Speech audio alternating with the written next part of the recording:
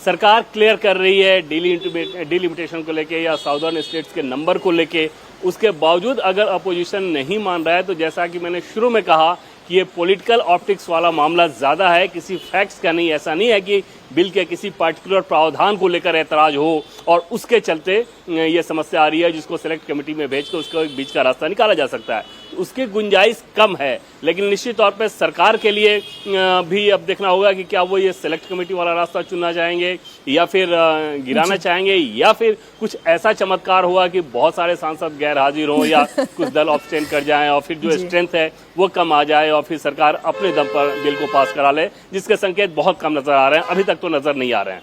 जो देवेंद्र आप रहे हमारे साथ, जो तीन पार्टीज हैं अजीत जी, उसमें मैं कांग्रेस, समाजवादी पार्टी और टीएमसी, इन तीन पार्टीज का ही नाम ले लूं।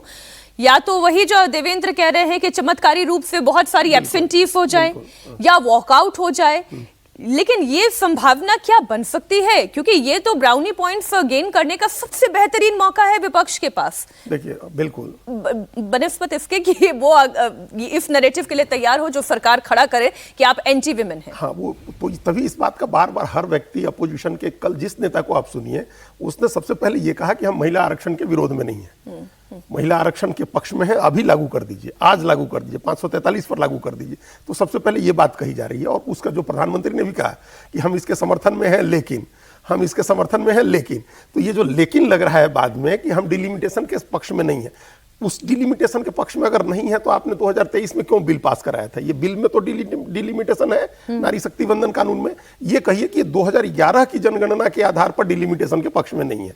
भाई डिलिमिटेशन के पक्ष में थे तभी तो आपने सितंबर 2023 में बिल पास कराया। नारी शक्ति वंदन कानून में तो है ही ना कि जनगणना होगी, फिर डिलिमिटेशन होगा, फिर आरक्षण लागू होगा। तो अभी का जो दोनों तरफ का जो नैरेटिव है, अपोजिशन अगर इस बिल को गिरा देता है और ये साबित करने में कामयाब हो जाता है कि नहीं हम महिलाओं के साथ में थे लेकिन हमने डिलिमिटेशन को फेल कर दिया, तो भाजपा को पता नहीं कितना लाभ होगा।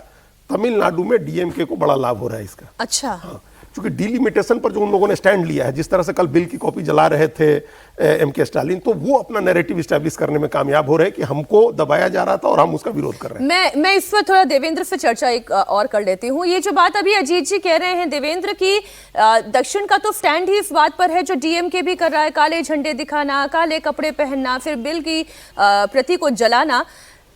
क्या वहां पर वो इस मैसेज को पहुंचा पा रही है कि देखिए हम डिलिमिटेशन के खिलाफ है, हमें महिला आरक्षण से कोई आपत्ति नहीं है?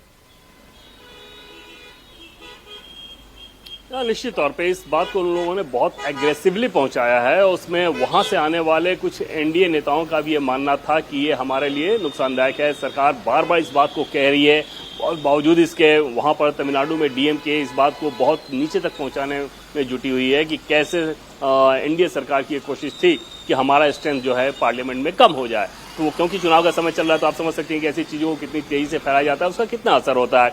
लेकिन दूसरी बात ये होगी कि बंगाल में ममता बनर्जी के लिए ज़रूर ये मुश्किल होगा कि आखिर टीएमसी का स्टैंड ऐसा क्यों, और बीजेपी के नेता बार बार उस बात को बोलेंगे। अगर पार्लियामेंट से बाहर निकल कर इस लड़ाई को अगर आप देखें तो तमिलनाडु में एनडीए को इसका कुछ नुकसान होता नजर आएगा और बंगाल में संभव है कि कुछ फायदा होता नजर आए, और उसी क्वेश्चन के तहत ये पूरा ऑप्टिक्स अभी नजर आ रहा है। मीनाक्षी जी।